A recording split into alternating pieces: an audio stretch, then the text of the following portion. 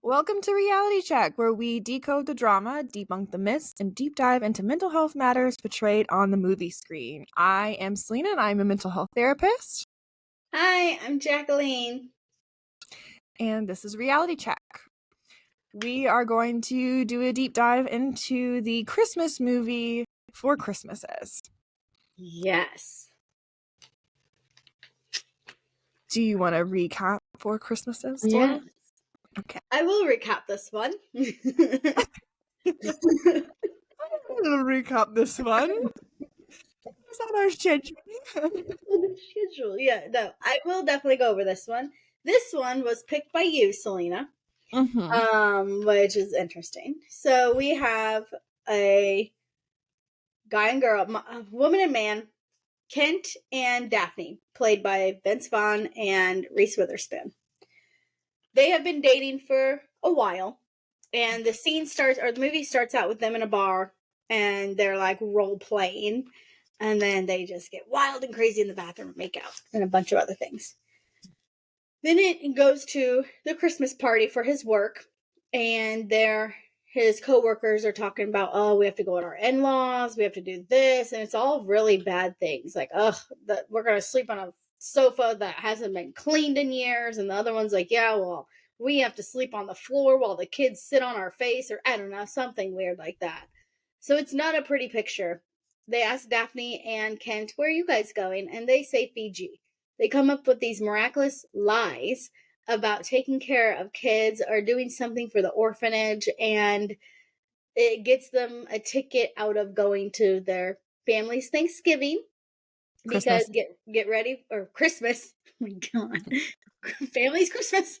Because get ready for the punchline, because they have to go to 4 Christmases because their parents are divorced on each side. So then they get to the plane and it's canceled due to weather advisory. And they're like, great, now what do we do? Maybe we don't have to go. We can still go home, do this. Well, then, ironically, a newscaster's there and is like, tell me what you guys are doing for Christmas since it's canceled. And they're like, oh, shit. And then immediately they get the phone calls. They go to his dad's Christmas, which was chaotic, and I couldn't handle it, and I didn't like it at all. They go to her mom's, which was crazy. And then they go to his mom's, which was even more intense. And then they go to her dad's, but they don't actually go to her dad's because they get in a fight, which we will dive into that later, about what their fight is and how they resolved that issue. Let's dive in on his dad's side, with the brothers constantly beating him up and the dad just sitting there letting it happen, and he has to be on a buzz. And I did not like the scenes. I absolutely hated it. I don't know why, but I was like, this is a horrible time. Like, I wanted to fast forward so bad. Well, you really are. We learned from other episodes you hate when people are yelling. That's like the thing that makes you cringe. So, like, this family dynamic was very loud, very chaotic, and quite violent, actually. But first, I want to back up. When they're in the car, they're like, we should come up with like a code word. I do this with my couples and couples therapy. I'm like, you need to have a code word to like let each other know that you're not doing well, or you need a ticket out or an excuse to get away, or whatever this is. If you're going into a situation where it feels like you have to go, how can you best support each other? And so they came up with the code word mistletoe. So if one person says mistletoe, then that gives them an out on, okay, it's time to leave. We're going to come up with an excuse that we got to go. So this is great. They're on the same page. They know that they both don't want to be there. And so that's good for them. They're like in alignment of like, okay, we're just going to like support each other. And so while we're at Brad's dad's house, we find out that his real name is Orlando. Yes, that really, ugh, I would have left. I would have left right then and there. Why? I'd like, no, because they've been dating for like 4 or 5 years. Mm-hmm. And your name's Orlando, and I've been calling you Brad this whole time. Like, are you actually did you just steal someone's identity? Like, are they just telling us the story? Like, no, bye. Red flag. Ding ding. Yes. So perfect. Yes. Probably don't recommend getting up and leaving. However, yes, let's talk about that. There's nothing to talk about. He lied to me for 4 years.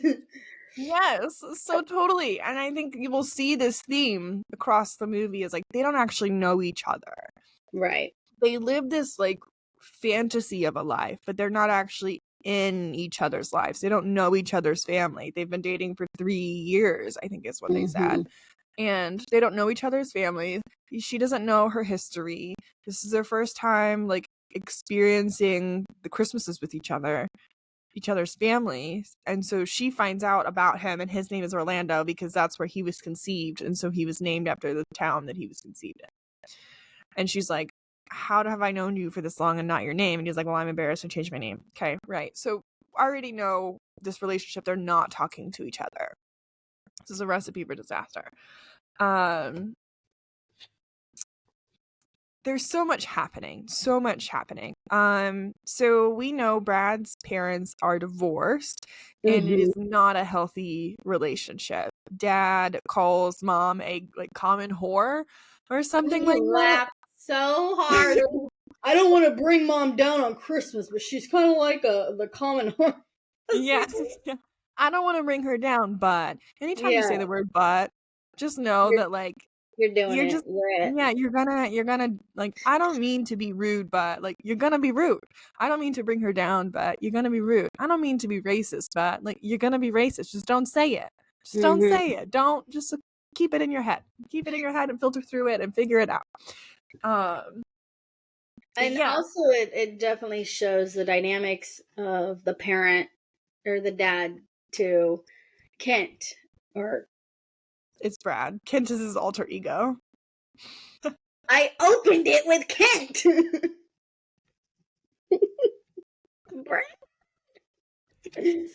Okay, so you can see the dynamic between Brad and the dad when he's like, when he goes, I don't need a satellite.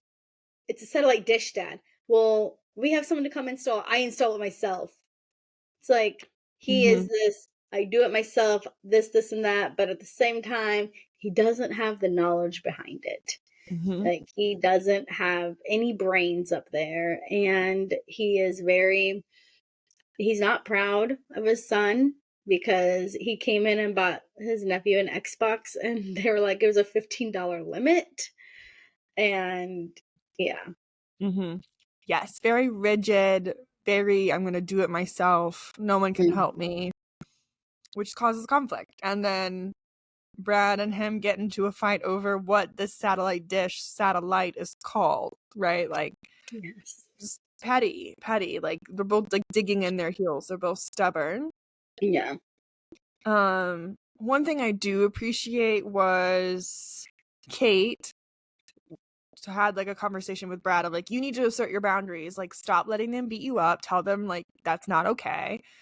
And so then he goes and does that, but it's like it wasn't the best boundary setting because the consequences were unclear. He was like, you gotta stop beating me up, but otherwise like bad things are gonna happen or whatever. It was unclear, and so then they were like, this is a joke. They didn't take him seriously, and then they started beating him up. I would have yelled mistletoe. Yes. Like, if I was Kate, I would have been like, mistletoe. Like, I'm not letting anyone beat up on my man, especially the brothers. That's not. She just sat there, watched it, let it happen, and then walked over and said, I'm very proud of you. Proud doesn't put band-aids on my bruises internally. Like, no, don't be proud of me. Say mistletoe next time, which he does later on in that scene. But it's like, I think she was waiting for him to say mistletoe because it was his house. No, mistletoe. I would have said mistletoe the minute. No one's beating up my husband. Gotta go. Bye. No one's touching him. No. We'll see. But I think she's trying to like allow him to work this out, so she doesn't say mistletoe. she's like, I'm proud of you for setting your boundaries. He did kind of a half boundary. The consequence should have been more clear of like, I'm going to leave. This happens again. And that should have happened. Like, you can't just say like, or there'll be consequences. No. It's very unclear. What does that mean? And so they don't take him seriously because he's probably never done this before. So they push his boundary and then he just like lets it go and hangs around and like puts up the satellite dish. Yeah. So moving on to Kate's mom's house. He does fall and say mistletoe. He does. Yes. Well, after he like literally fell off the roof. That was like the straw that broke the camel's back. He didn't stick to his boundary. So he's subjecting himself to more abuse from his family, to the point where like he's on the roof hanging off and they're like, we don't care. Like, you're fine. Like, not gonna help you. And so he falls off and then he literally like has to get himself very hurt before he says like, I'm ready to go. So had he set a proper boundary in the beginning and stuck to his boundary, he probably wouldn't have fallen off the roof. Absolutely. So then we go to see Kate's mom. She said, I just want you to know that they're all known for cougars. You're entering the cougar den. I was like, oh God. What actresses are coming into this scene? Yes. So Kate's mom is dating a minister. I didn't know they were dating. I think she just has in her mind that they're dating. Something. Because she is just so obsessed with that church. This very religious church. So one thing that I felt really sad about was that Kate's mom and sister were laughing about the bullying moment of like the jump, the bounce house. And they were like, oh, it's so funny, haha. But like we can see on Kate's face that she's like visibly distraught about even just like this memory. So that is misattunement between the mom, the sister, and Kate. Because they're making fun of her for that. They're like, haha, it's funny. And it's not funny. It's actually really sad. It is. There's in Kate's mom's family's house, you can see the trauma coming out. Whereas in Brad's dad's house, the trauma was more physical. Where this is more mental and emotional, and Brad doesn't pick up on it one damn bit, because he actually, when she was in that jump house getting the marker, which was a pregnancy test from that girl, that daughter, Tessa, he was going in on it. He was laughing at it. He was like, no way, that's not Kate. She looks like she, ate Twinkies or something like that. And it's like, she wasn't there to defend herself. She's over there actually conquering a fear of hers by jumping into that jump house and getting that marker, because we later on kind of see that, or earlier we see that she kind of does want a kid, because when she took that test, a part of her was like, really, maybe pregnant, maybe not. But she conquered her fear and she got in that jump house and she tackled those kids and got her marker. Meanwhile, Brad's on the inside making fun of her and laughing at her, and she's not there, like I said, to defend herself, and they are just going along with it like, oh, you fit right in, Brad.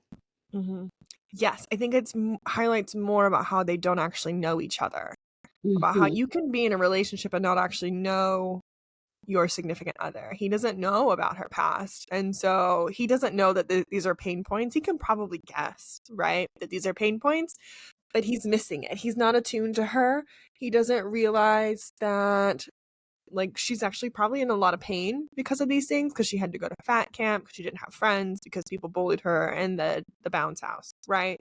3 pain points easily pointed out. He just like misses it and goes along with the family, and the family like loves him for it.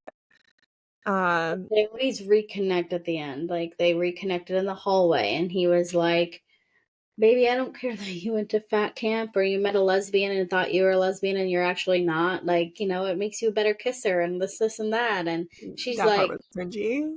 she's like, she wasn't. And he goes, oh, did the bangs not give it away? And I'm like, dude, Brad has no taste, like, about women. Like, he's really mean towards women. And he's mean towards his girl. Like, you should be supportive and you should be Mm-hmm. like, hey, I'm sorry about all that. I'm sorry you went through it. How are you doing today? Like a check in. Instead, he Mm-hmm. used that check in to, like, tell her, you see, I'm not the only one that has skeletons in my closet. You do too. It's like, did you have to say that? Like, Mm-hmm.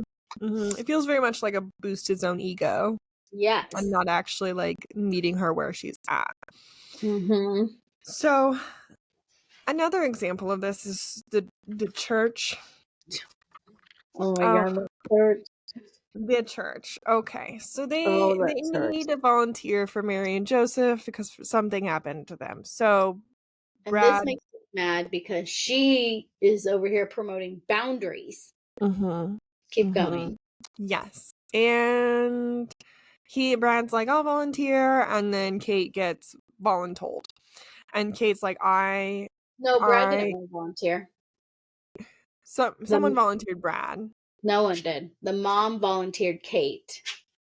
And then Oh, Kate that's right. looked at Brad and said, will you do it with me? And he kept saying, no, no, no, no, no, I'm not Mm-hmm. doing it. No, Yes. I Okay. don't have stage presence like you. Like, kept throwing things in her face. Yes, kept throwing things in her face, and she's visibly nervous. Like, look at her face. She doesn't want to do it. She's saying, no, don't volunteer me. I don't want to do this.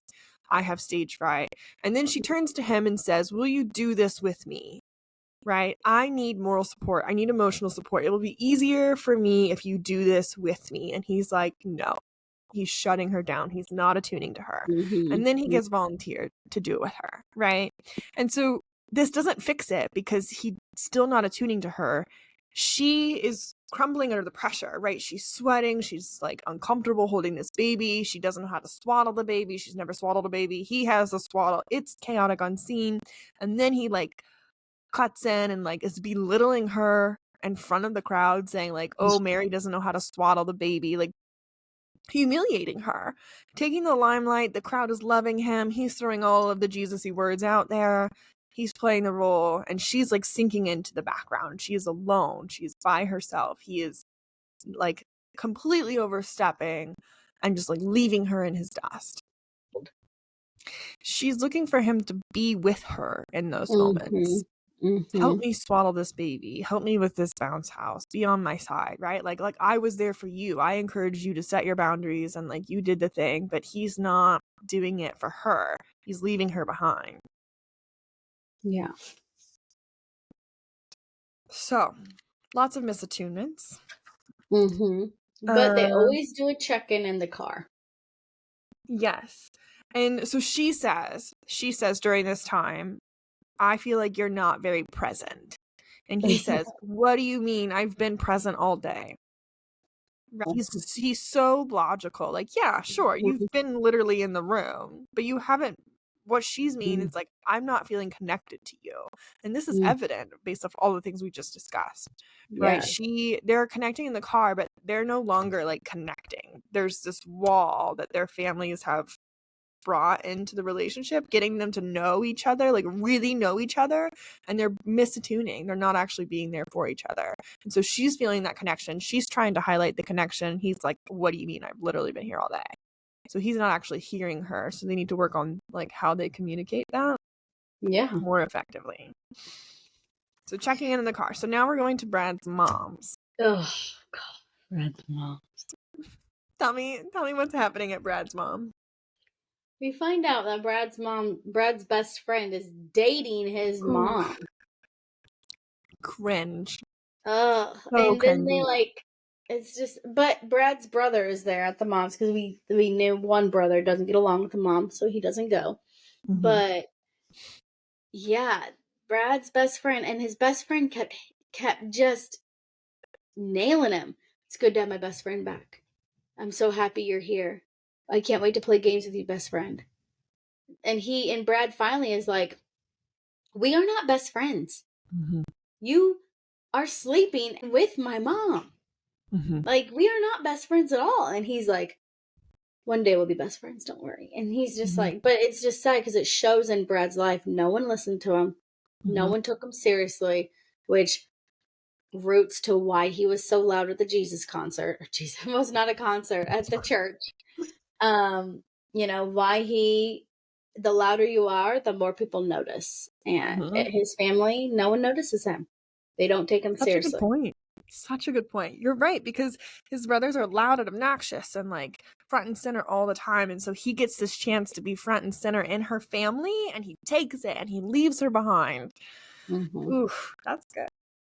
Look at you. Yeah, so he's totally missed, right? They're not paying attention to him. His mom is dating his used to be best friend, and it's awkward and uncomfortable and cringy, and she just like ignores it. Like, that's your son, and that's your son's best friend, and now you're dating him, and you don't care about the dynamic of it all. the dynamic of their relationship. Absolutely. Yeah, it's really gross, and my heart breaks for him in that moment, because like that's your mom, and she's not attuning to your needs or like your wants or your relationship. And she made it very well known, whether it be truthful or not. I don't know if she's jabbing him or not, but he was glued to her, The quote is, well, I breastfed Brad till he was 5. Well, obviously, hopefully she didn't, but if she did, that's fine. But what she did was just pretty much put it into perspective that he's a mama's boy. He's sensitive. He, does get his feelings hurt. And knowing that, she still does not care. So they play taboo. And then the other couples are really good at it. And they're not good at it. And they again highlight how they don't actually really know each other. And he gets very upset with her when she doesn't play the game correctly. What is it? The rules. But it goes by the rules. Like, if it's a spider, say 8-legged animal. And she's like, but I'm saying my fear. You should just know if I say fear, you should know what it is. Yes. Not really knowing each other. He's very rigid, very logical, very to the rules. She's more like the emotion piece, right? I'm saying fear, so I have a fear of spiders. You should know this about me. Know me, like get to know me, attune to me. And he's too in his head about it and not in his feelings. He's letting his logic overtake.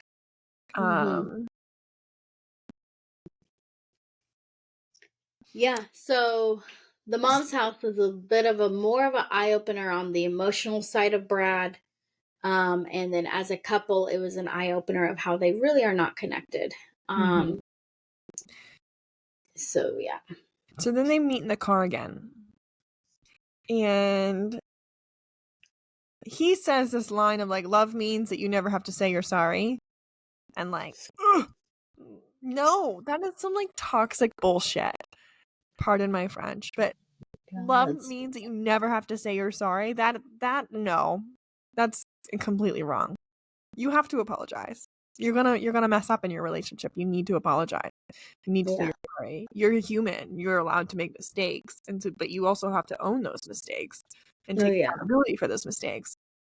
Love doesn't mean, oh my god, I wrote an excellent blog about tolerance, unconditional love versus unconditional tolerance, and that love means you never have to say you're sorry. Love means you never have to say you're sorry. Is unconditional tolerance, not unconditional love, right? Because it's saying like you can do whatever the hell you want and that's fine. It's okay. You're gonna forgive me. No, that's not okay. That's not okay. That's a recipe for abuse.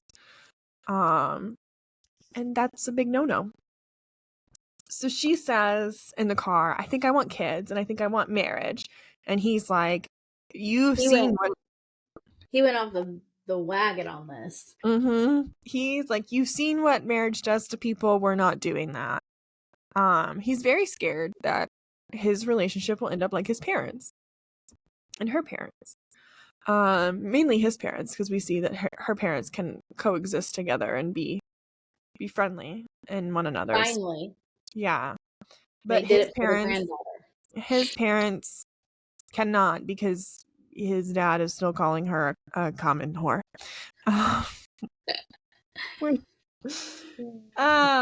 Yeah, so he's very traumatized and doesn't want to commit to a relationship because he's fearful that it's going to end up like his parents. Which, sure, great. Yes, go to therapy for that. Figure that out. Work that through.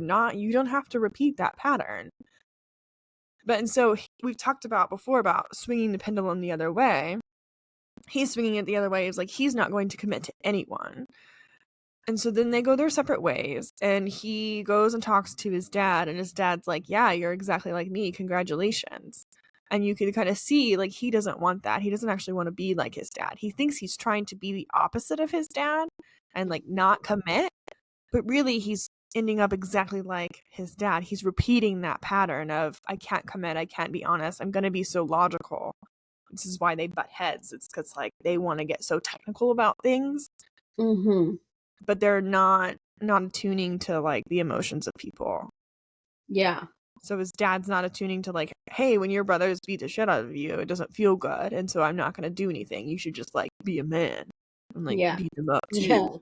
Oh, that scene, just yeah. do something. Yes. So he figures out, like, he doesn't want to be his dad. Mm-hmm. Yeah. Anything to add?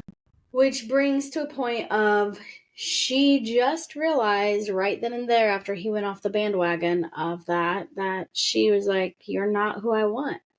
Mm-hmm. I literally didn't even tell you the results. And then when I told you the results, you were like, why didn't you start off with that?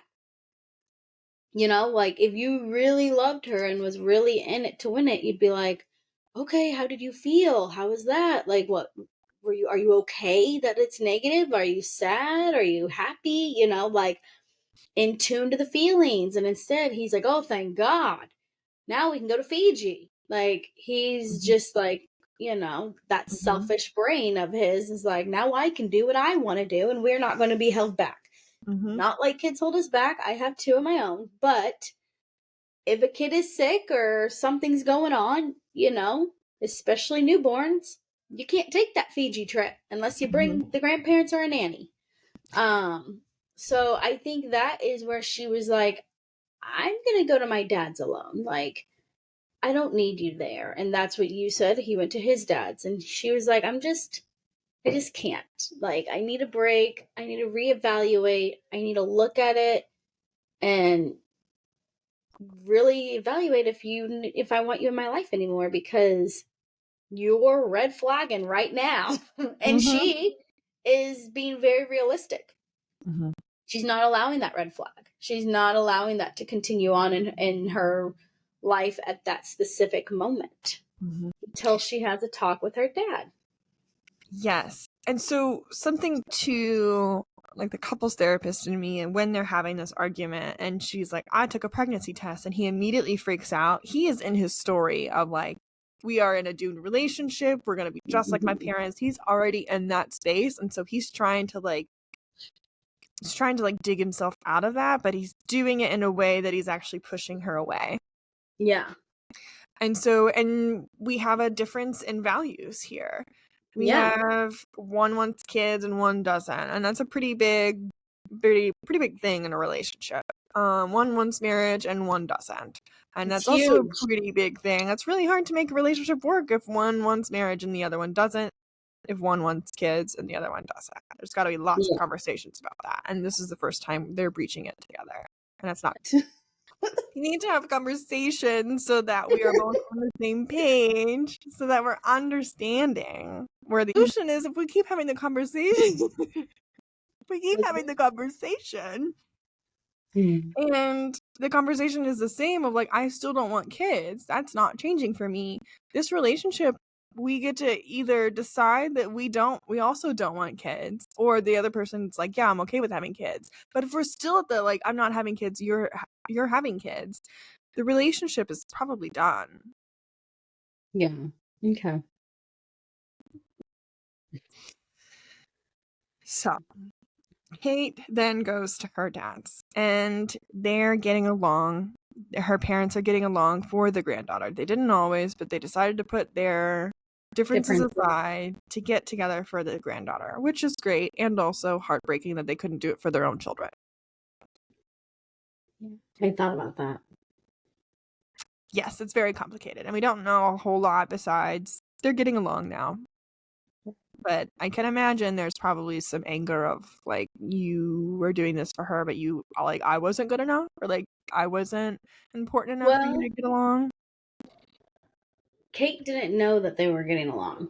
Mm-hmm. She was like, they're in the same room together. And Courtney was like, it's taken years. Like, this didn't happen overnight. This has taken several years, but they both wanted to be around the granddaughter for the holidays and for her birthday.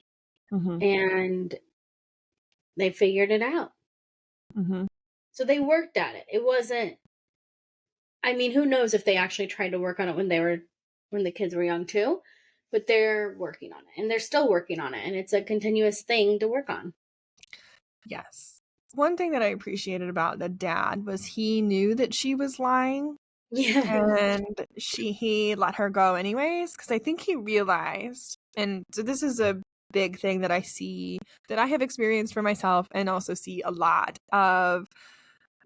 Many people have to go to these 4 Christmases or 70 million Christmases, and it's no longer fun because it's like we're appeasing everyone else, but we're not doing what we want to do. And so her dad is like, I see that you go on vacation, and it's fine because that's what makes you happy, and I'm happy when you're happy. Sure, I'm probably sad that I miss you on the holidays, but there's 364 other days in the year that we could see each other. And I think so many families fall into this trap of, like, I have to appease everyone, go to all of these Christmases, and then they're miserable. Yeah. So let me tell you this. You don't have to go to 4 Christmases in one day. You don't have to. People are going to be mad, and this whole thing of, like, people will be upset with us if we don't go, so we have to come up with this elaborate lie. You don't have to come up with an elaborate lie. You can just say, I'm not doing that, I'm busy, or I only want to go to 1 Christmas, or I only want to go to 2 Christmases, or we can plan a different day. There are so many options. Or you don't have to go to any. Maybe you just do go to Fiji, but you don't have to lie about volunteering. You just want to go on vacation because you don't want to deal with the Christmas bullshit. Yeah. So you just do it. Absolutely. And so you have to figure out boundaries that's good for you and your partner, regardless of whether it makes other people mad, because it also is your holiday too. It's also their holiday. It is their holiday, but it's not my responsibility to make other people happy. It's also their holiday. Sure. Because I'm understanding from the 4 Christmases is they don't see them even throughout the other. Yes. Well. What's 365 minutes to 360 days? 380. Anyways, I don't know my math. So. But to your point, yes, they are not seeing their family. It seems like they're not seeing their family other days. And so more conflict resolution that needs to happen, more conversations of the family. Yes, if this is their only chance to see them, then we need to create more opportunities or ask for more opportunities to see them. Hey, I would really like to see you. Okay, cool, but not on Christmas. Let's plan another time, right? Or let's plan an additional Christmas. Yeah, well, their Christmas doesn't have to happen on December 25th. Right. Christmas is a season for some people, but it's a whole month for me. It's the whole month. So, like, why can't you celebrate Christmas on a different day, or like, have a July Christmas or whatever, right? Like, the options are limited or unlimited. And so if this is the only time that you're seeing your family and you want to see them more, then you need to ask for that. Yes. You need to ask for that. And then if they don't want to see you, you need to question why and maybe make a repair. There's probably a reason. And their families are chaotic, so it makes sense of, like, why they don't want to see them all the time. Yeah. And also, let's circle back to that moment of she talked to her dad. She realized, yeah, you're right. Like, I get it, blah, blah. And this scene did not make sense to me. He rang the doorbell, and she's the only one that answered out of all 20 people in that house. Yeah. Well, she had to for cinematic effect. Right. Mm-mm. But he rang the doorbell, and he, in his Bradley like Brad way, came to an agreement that kids aren't not in the plan. You know what I mean? We can think about it. We can work on it. Not tomorrow, not next week, but maybe in like a year or so. Mm-hmm. And yeah, I'll support you, and we'll do the thing. And marriage, oh, marriage, we can do that. Maybe not tomorrow, not next week, but in a year or so.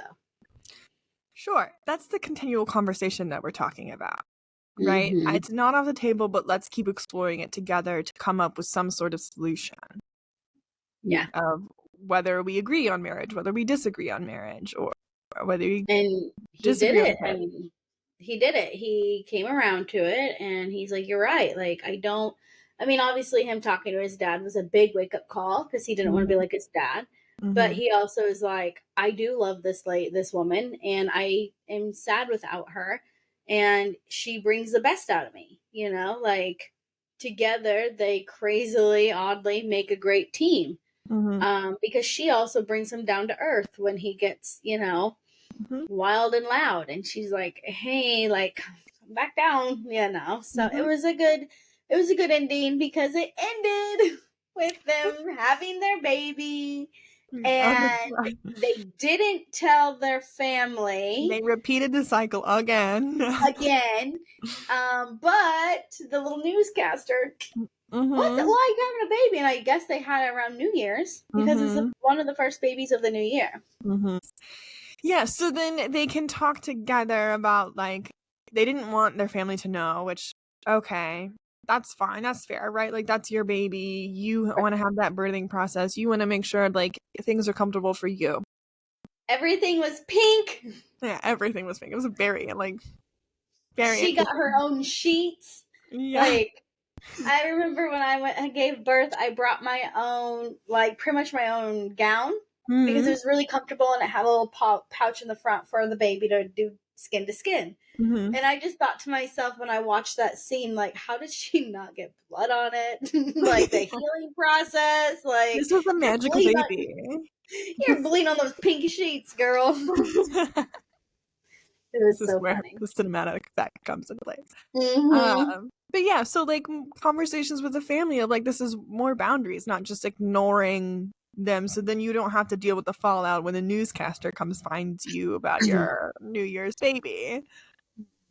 So let's work on not repeating these cycles and having conversations with family about boundaries and expectations and relationships. So Yeah. there's a lot to unpack in this movie. There's so much happening. My favorite line out of that movie is from Brad and Mm-hmm. his dad. Because it kind of is just an interesting line. Maybe it's irrelevant, but I love the line is Mm-hmm. let me grab my paper. Hear that? ASMR.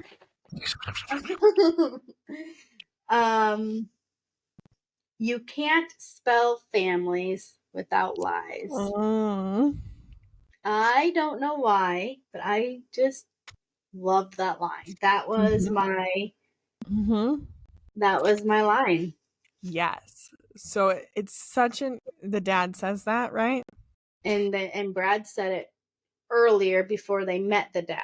And Yes. that So was an aha moment of, I'm my goddamn dad. yes. So if we think about that, you can't spell families without lies. That just tells you that the family like dynamics, they all lie to each other. They can't be trusted. You can't trust your family. They're going to lie to you. They're going to disappoint you. And so that's so heartbreaking. Right? And Mm-hmm. that's so true for so many families. Like they're not the safe place. They're going to lie to you. And so that gives us more context into like how Brad is the way he is, why he came to be the way he is. So, what do we take away from this? You don't have to go to 4 Christmases.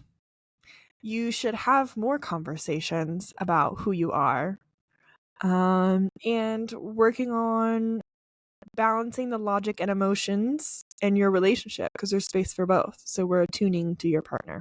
Yes. What a good Awesome. takeaway. All right. Thank you so much for listening. As always, just because I'm a therapist doesn't mean that I am your therapist. If something struck a chord with you inside this episode, I highly recommend you seek therapy because therapy is for everyone. This has been Reality Check. Thank you so much for listening. Bye.